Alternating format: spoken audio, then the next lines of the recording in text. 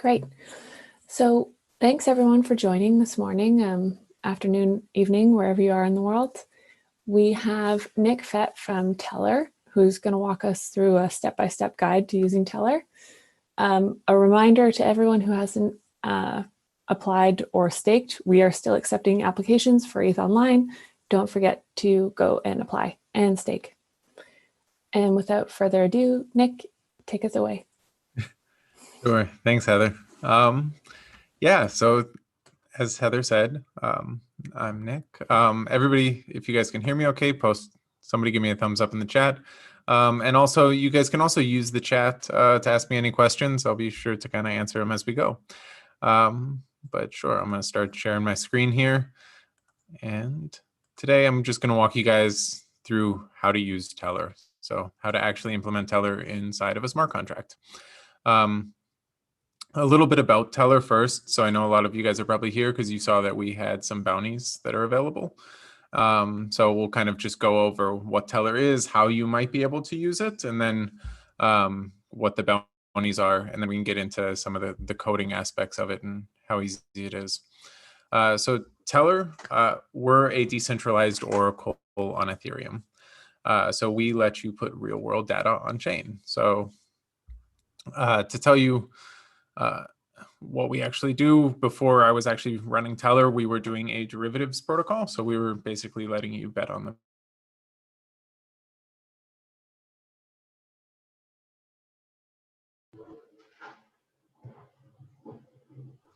Can you guys hear me? Yeah, go ahead. Sorry, I muted you on accident. Thanks. Don't know what you guys heard, but anyway, I think he did it really quick. So we let you bring real world data on. So if you want to bet on the price of a cryptocurrency, the big problem with this is on Ethereum is that Ethereum actually can't read APIs. So you can't go read Coinbase's price. You have to enter it into your smart contract manually. And the problem with entering a price manually is that now you have this centralized point of failure. So if somebody refuses to enter the price or they enter it incorrectly, that's not a good thing. So Tellor, we're different because we use a competition. We call them data miners to actually go and get this data for you. So you can write a derivatives contract or any sort of application that requires outside data, and Tellor will go and get that data for you and put it on chain. So you can do this without having to, say, rely on this centralized point of failure. So things that we would expect you guys to build and some great use cases. So you can just kind of look what in the Ethereum space already uses an Oracle and how can you sort of improve upon some of these designs, and especially use Tellor to sort of farther decentralize it. So actually make it a little bit more censorship resistant. So things such as stable coins, if you guys know Maker, they have their own Oracle they use that they use for their contracts, any sort of derivatives products. So you can think like synthetics, or you can think even Augur is sort of a derivative-based contracts, then insurance contracts, Nexus Mutual type things. These are all contracts on Ethereum right now that use oracles. So there's a lot of different pieces that anytime you need off-chain data, you can potentially use Tellor. And what do you guys want to build? What are we looking for? The biggest things we want to see you guys just giving us feedback. We'd love, for you guys to get there and start implementing Tellor. We're live on mainnet, and then we're also live on Rinkeby. So if you want to test out your things on Rinkeby, you're good there. The big things, try and get creative. We have one for the best original project, another one for most creative, and then the last one for the best implementation of Tellor into a pre-existing project. So there's a bunch of different bounties, but feel free, reach out to us kind of as we go today, or just as the hackathon goes on. I know it's a nice long hackathon, so we're very available. Anyway, let's get into let's get into the coding piece. So all right, so what we're going to do here is we're actually going to go through, this is up on our GitHub. We have something called sample using Tellor. This is a contract that'll shows you exactly an example of how to use Tellor in your smart contracts. And you guys can probably walk through it really easily on your own. But I'm going to walk through it today, so you guys can just kind of see me pointing and clicking. So yeah, I'll post the sample using Tellor repo in the chat as well.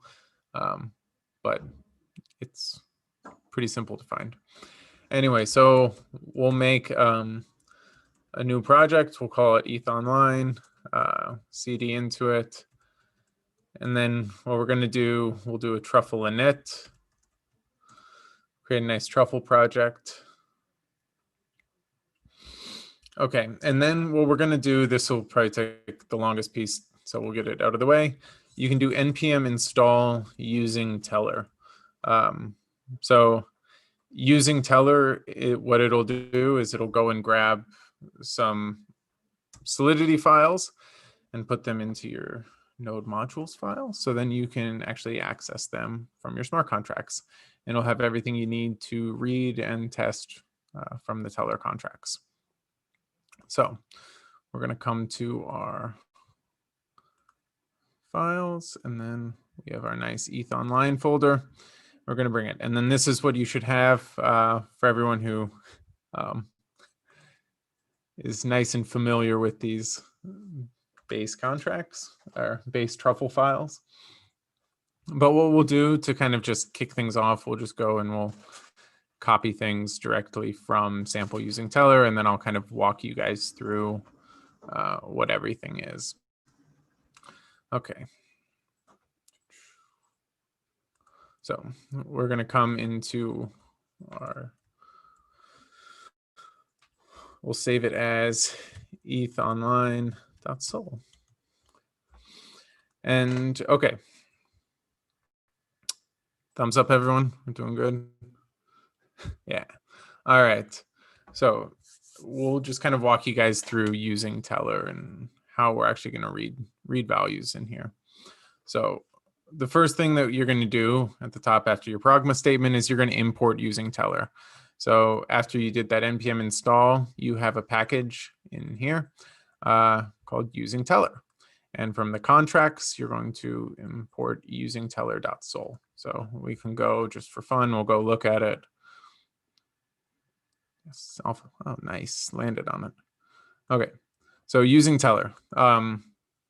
What it'll have in here, these are all the different functions that you're going to have access to. The mock Tellor system. So we have like a mock Tellor system that's built. If you know how Tellor actually works, we have a series of proof of work miners that compete at adding values on chain for you. Obviously, for testing purposes, you don't have to simulate a network of proof of work miners. You're just able to use this mock Tellor, this Tellor interface to manually input values and test them. But whenever you do deploy to the real network, the interface will work correctly. So you can still use this one. The big ones that you're going to want to use, so there's a lot of functions that are native to Tellor. So retrieving data if you have an ID and a timestamp. But the big ones that we're going to use today, we're going to look at get current value. So you have a request ID. So this was actually linked in the repo as well. The way that Tellor works is each numerical ID is linked to a piece of data. So like ID 1, for instance, is going to be the ETH US dollar price. ID 2 is going to be the Bitcoin US dollar price. ID 50 is the TRB US dollar price, and so forth. So you would need to find out what ID corresponds to the data that you're putting on. If you want a new piece of data, definitely reach out to me. I can show you how to do that as well. But this is going to be the base of the system.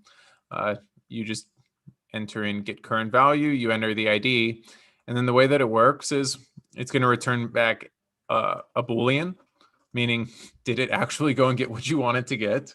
So you want that to be true, meaning you didn't query some ID that doesn't exist or something like that. The value of it, so what was the value? And then also the timestamp for it. So this will be a Unix timestamp. If it was, so for instance, if it was put on yesterday, it'll correspond to yesterday's timestamp, or if it was put on 10 minutes ago, that way you can do some checks. And that's the other And this is just the base of the using Tellor system. You'll probably want to just use get current value. But if you want to use a different function, the other one that we recommend that projects who are trying to be a little bit more robust use is the get data before. So this goes into how the Tellor system works. Whenever a miner places information on chain, so let's say we have the Bitcoin US dollar price, and the miners say that the current price is $10,000. Once it's put on chain, then anybody can dispute that value. So you can challenge it and say, hey, that's not correct. And then what happens is the value will get taken off chain and it'll get put to a vote as far as whether or not it's correct. You want to wait if you're a project, depending on how long you sort of your protocol will allow, you want to wait for these disputes. You want to wait for people to check whether or not the data has been validated. Obviously, the miners are incentivized to only put on correct values, but if somebody is attacking the system, bad values can get put on chain. So you want to make sure that you wait for somebody to put on a dispute. Right now, most of the disputes happen within 10 minutes, given gas prices. So you would want to put get data before, and then in your code say now minus 10 minutes or now minus 1 hour. And what this would do is it would make sure that the data that you pull into your smart contract is sufficiently old, if that makes sense. And this is sort of a common practice in oracles. You'll see, so for instance, Maker does this as well. Whenever Maker updates their smart contract oracle, they have an hour-long delay for disputes. So anybody can go and they can say, hey, that's not the correct price, and you can freeze the Maker system. In a similar sense here, you will want to wait for disputes. Or if you're just running a nice, simple view function and nobody's probably going to attack your oracle, you can just use get current value and it'll be easier for you. You won't have to think about it. So anyway, now we're going to go back to our ETHOnline Sol. So that was what we imported. And then we'll change the name here from sample using Tellor, call it ETHOnline. And then you're going to use is using Tellor. For those of you that I think most of you guys are going to be pretty familiar how to do some inheritance here, but is using Tellor, this basically, whenever you use is, it's just going to basically cut and paste all of those functions underneath your contract so you have access to them. The thing that you're going to need to do is in the constructor, it needs to know the Tellor address. So you would have to pass in your constructor the Tellor address, and then you would pass it to the using Tellor function. So this is how you would pass in a constructor argument to an inherited contract. Obviously, if you're just on testing, you would be passing in the mock Tellor address or a pretend Tellor. But we'll show you some test files and how that actually looks. And yeah, so now we can go and look at some of the functions that are available. So, we wrote here in the sample using Tellor, you have read Tellor value, you give it an ID, and it goes and runs that get current value function. And then if it actually retrieved it, it's going to return the value. Same with get Tellor value before, same exact thing. So now we're going to we'll write a little function to actually use it. We'll say is data big. We're going to do the base of the base solidity functions here. So bear with me if you guys are pros. So we're just going to do external returns, and we're going to return a Boolean. And what we'll do, result equals read Tellor value of our ID. And then if result is greater than 100, we'll return true. And if it doesn't return, then we'll return false. Okay, so I noticed something already. Since we're calling read Tellor value, which is right up here, this one is an external. So I'm going to change that, make it a public so we don't get a compile error. Okay, so now we're going to come back over and we're going to compile it. We'll see if this works.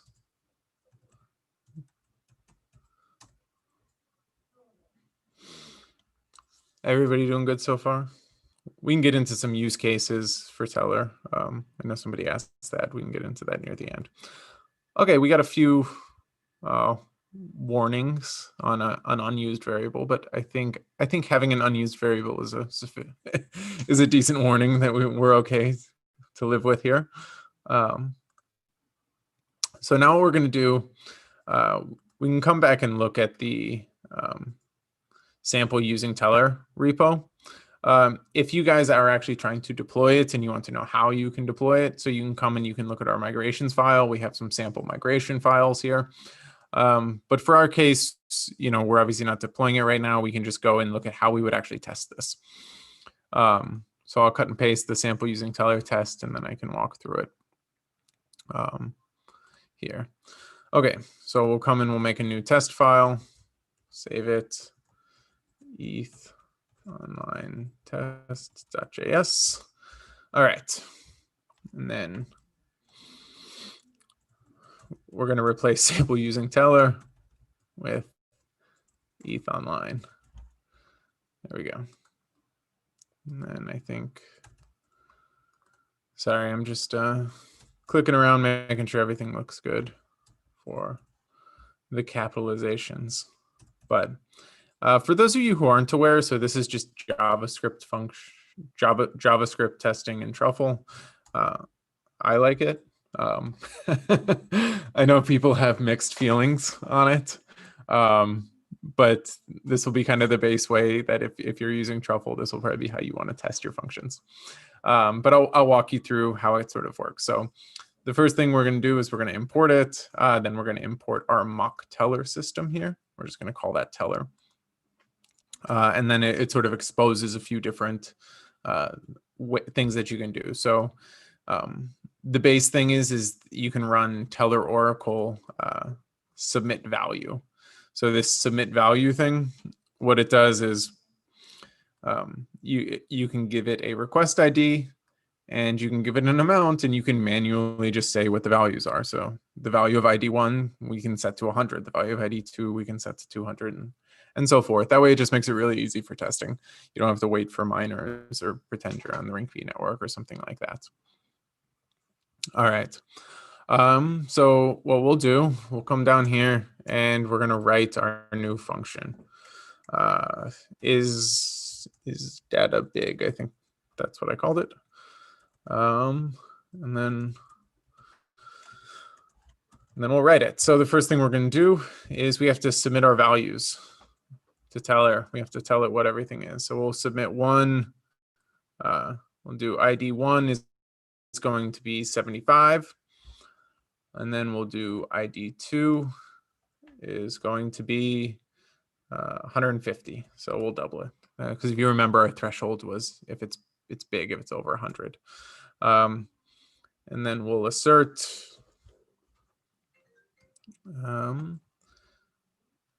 we'll run this one, and then for is data big. With our request ID, we'll assert that ID 1 should be small. So equals false. Data should be small. Yes, very simple testing here.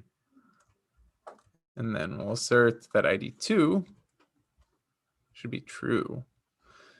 So data should be big. This is going back to basic numbers. So anyway, now comes the moment of truth. We'll see if this actually runs. Always live testing is fun. Okay, so now what you can do is if you run truffle test, for those of you that don't know, it'll kick off its own little mock Ethereum client and run all these tests, pretending that it has its own live Ethereum network that runs locally. So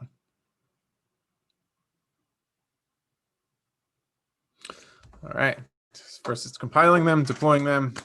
Oh man. Okay, So data should be small. So we had an error, man. I can't believe we're actually missed that. Okay, so anybody see what I did wrong? Who's gonna call me out on it? Data should be small. It says it should work. If result is greater than 100. Huh. I don't know.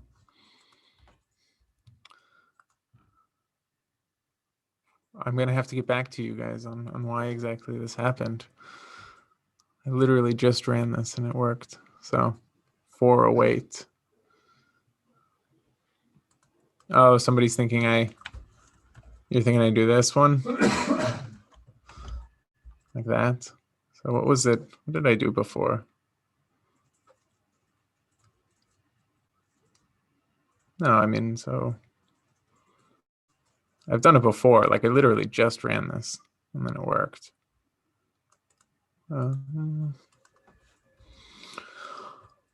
Anyway, if data is greater than 100, return true. That's correct. Okay. Yeah, we'll give it one more try, and if it fails, we can just ask me some questions. But it'll bug me for the rest of the day because I literally have a working test. Cursive live coding. Looks like there's some suggestions in the chat. I don't know if you can see. Yeah, I know. Now everybody's throwing in async and awaits. I think everybody has the right idea for what's going on. At least you guys know the tests are working. That's good. So anyway, this is the base of Tellor. I think the problems that we're going about are going to be the issues that you have with anytime you deal with Solidity or truffle testing in general. But this is going to be, yeah, I won't necessarily make you guys sit and wait and debug my tests with me. Yeah. So it's fun. As far as to answer some of your questions, we'd love to actually just work with you guys. A lot of whenever you guys are going to hack this, some of the issues you guys are going to face, it's going to be a lot of just designing it. So whenever you want to use an Oracle in your smart contracts, there's a lot of sort of caveats about whether or not you need a decentralized Oracle. So anytime you're using a decentralized Oracle like Tellor, the big downfall is that it's going to be a lot slower than if somebody just enters it into your smart contract. So you have to know that, hey, this is something that I want to do with my smart contracts, and then also just knowing how to design your system for best practices. So best practices when using an Oracle, making sure that you're doing things that are slow. So a lot of times people, especially you'll see a lot of times in DeFi, what they try and do is they try and build like a high frequency trading exchange on Ethereum or something, and a futures exchange that requires super high frequency data. Well, if you're trying to use Tellor for high frequency data, you're just going to have a really hard time. It's if you're trying to use Ethereum in general for high frequency data, you're going to have a really bad time. So just try not to do that. Those are generally just bad practices in general. So that's usually what we try and push people away from, and we're happy if you have any designs or you have ideas for ways that you might want to use Tellor, we're happy to sort of go over those with you. Yeah, so I think those will be some of the pitfalls that you are going to run into. Some people have asked, what are some of the things that are using Tellor? So lending protocols. So there's a lending protocol that people use. So you can think it's similar to, say, Compound, which uses their own Oracle. They use signed prices by Coinbase and some others. And then some others as well. We have somebody who's doing something very similar to like an Ampleforth. So if you guys know Ampleforth, they're a stable coin that actually has a fluctuating token supply, and they use an oracle for all of those rebases. So you can use an oracle for any of those. And I see people are still trying to help me debug it. It's okay. I'm, you know. I have a feeling in 5 minutes after this is over, you'll jump into Discord and have the solution. Yeah, I will. Or it's just going to work. That's how code works. Yeah.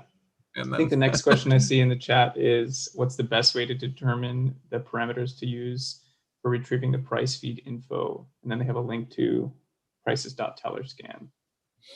Yeah, so I have, I can forward that to you guys. There's, as far as like what the request ID is, I'm guessing, we have a whole spreadsheet available. So I can forward that to you guys in our Discord. So there's, right now we have 53 available prices, and then you can create new ones. It takes a little bit of time to update, especially just depending on what it is. You know, sometimes, because the kind of prices that we like to support, for instance, we have like 24-hour averages for the Bitcoin price, or we have end of day medians for different prices. The prices tend to be a little bit more robust than just a instantaneous spot price. You know, we want something that will actually be useful in DeFi, because a lot of times instantaneous spot prices can sort of be gamed for various contracts. So we want to work with you guys on getting something that is actually meaningful and useful for the specific contract you're trying to create. So I'm going to pull over some of the questions from YouTube as well. Definitely. Fabio asks, what is the reward for a miner submitting data?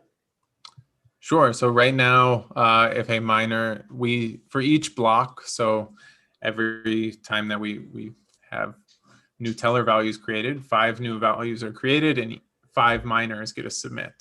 So we take the median of those 5 miner submissions as the official value, and each miner gets right now 1 TRB. So it's like $25. And that happens every 5 minutes.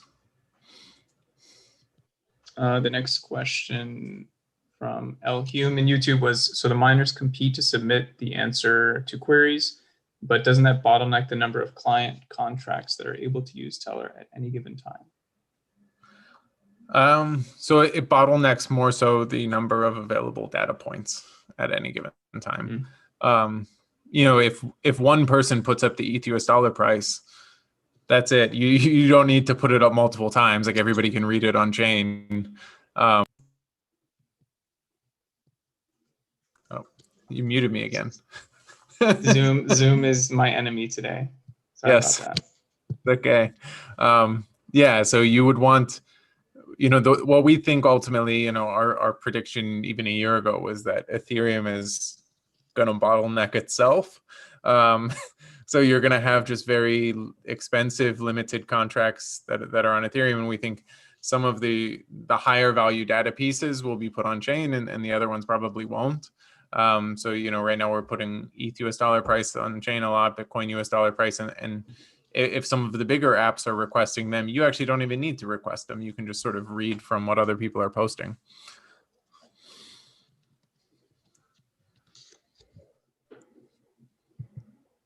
Let's see. Okay, another one is, what happens when gas fees get too high? Does the reward automatically offset gas costs? I think the answer is it depends, but I'll let you actually answer it. Yeah, so the way that it works, so if you want to request a specific piece of data, you would tip it. So the miners choose 5 data points to mine every block, and which 5 data points those are, which ones have the highest tip associated with them. So, you know, similar to like which transactions get included into an Ethereum block, it's the ones with the highest gas price paid. So what'll actually happen is you would actually need to go and tip those. So whenever gas prices get really high, you would expect that if you want to pay those miners to submit it, you would actually need to tip more to cover those gas costs for the miners, or else the network kind of freezes, which we've had happen a few times. Because if there are no tips and the base reward is less than the cost to submit the solution, then the miner obviously won't really submit it. And that can happen. So I think that answers the question. I don't know. But yeah, obviously, you know, like in sometimes like the Ethereum network just logs to the point that, you know, it can be hundreds of dollars to submit a value on chain, like just what, you know, during some of these crazy times. So it actually doesn't make sense to put the value on chain. And we've devised a system where, like, if you really do want that value on chain, you can tip and pay for it. But you know, you want to sort of make way for things and build things that can withstand those delays.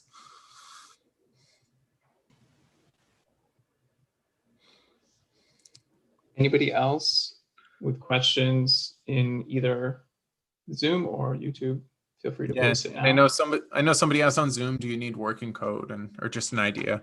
I think it's a hackathon, so you want at least semi-working code would be the way to go about it. You know, obviously if nothing's if it's a great idea and you have some broken tests, obviously I'm fine with that. But you know, you want to have sort of a feasible working of it. And then somebody also asked, am I eligible for multiple prizes in this hackathon?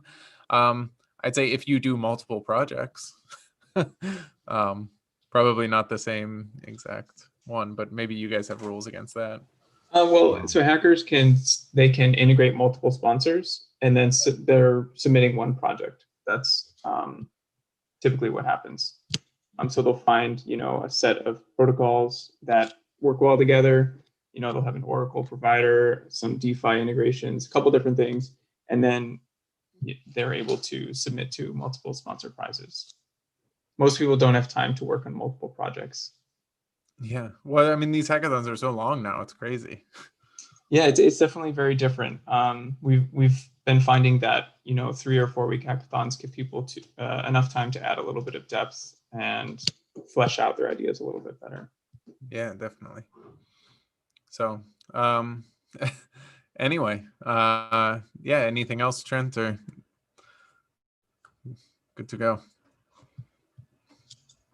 Sam asked how to apply for the hackathon. Very simple, just go to ETHOnline.org. There's the application link there, as well as once you get accepted, you can have access to all the Discord channels. Where's the best place for devs to find, you know, your docs or learn a little bit more about Tellor? Yeah, so just go to Tellor.io. You'll see links right on the front page to all of our GitHub, our documentation. We'll be on the ETHOnline Discord as well. You know, we're also free on our Discord or Telegram, depending on what you guys want to use. So yeah, definitely just reach out. We're excited to see what you guys build on us. Awesome. Thanks, Nick. Yeah, thank you. So cool. So yeah, we can wrap it here. Reminder to apply, hack on Tellor. Have a great day. all right. See y'all soon. Yeah. Bye. Hey, everybody.